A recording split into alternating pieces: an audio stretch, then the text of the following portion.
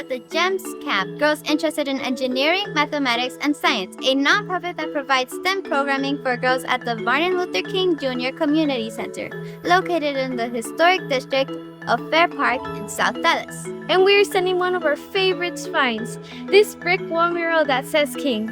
Not only is this full of vibrant colors, but there's some interesting math mixed within the art. This particular mural, spelling out King, is not just a visual delight.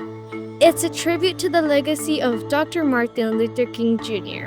It serves as a reminder of his tireless dedication to justice, equality, and civil rights. Now, let's take a closer look to the mural's pattern. It's not just random. It's carefully designed with alternating bricks and open spaces. See? Brick, space, brick, space. This makes a repeating pattern. I just thought of a math question. What is the ratio of the area of the holes to the area of the solid bricks that make up the wall? Great question, Valeria. Remember that a ratio is a comparison between two or more quantities. We need a strategy to figure it out because some spaces on the wall are completely brick and others use the brick open pattern. What's up, Valeria? It looks like you have an idea. Well, I think we can start with just this section with the letter K. We can first measure the dimensions of a single brick, which includes both the brick's length and its width, to find the area of a single brick. It's 19 centimeters long by 5 5/10 centimeters high. So, the area of a single brick is 19 centimeters times 5 5/10 centimeters. That's 104 5/10 square centimeters. Oh, and then we can count the number of solid bricks in this section.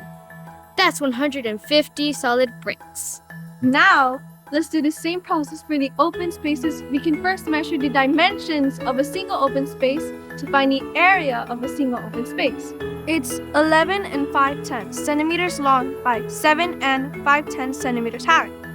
So the area of a single space is 11 5/10 centimeters times 7 5/10 centimeters. That's 86 2/25 square centimeters. Now, let's count the number of open spaces in this section. That's 57 open spaces. Now that we have our numbers for the open spaces and solid bricks, we can find the total areas of each. The total area of the open spaces and the total area of the solid bricks in this section. I get it.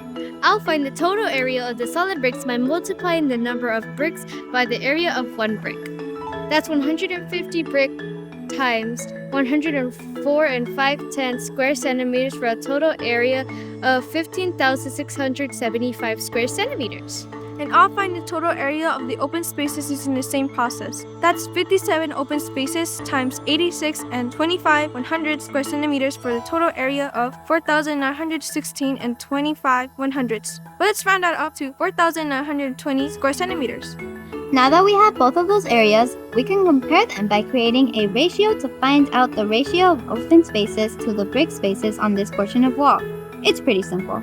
4,920 square centimeters to 15,675 square centimeters. I wonder if this ratio holds true for other parts of this wall. I think it should. Don't you, Ashley? Well, now that we have a strategy, we could find out. There you have it. We came up with a strategy to calculate the ratio of open spaces to brick spaces. I think the engineers who built the wall considered that what the ratio should be so that the wall would be strong enough that it could withstand the test of time. Artists are always communicating something through their work. I think this pattern could relate to Dr. King's message. The solid bricks symbolize the strength and unity of African Americans at the time, while the open spaces represent the doors of opportunity he fought to open for all people. And we hope you too will take some time to explore mathematical concepts like ratios in the art around you. Yeah, so don't forget to look around. You'll see math everywhere, even in artsy places.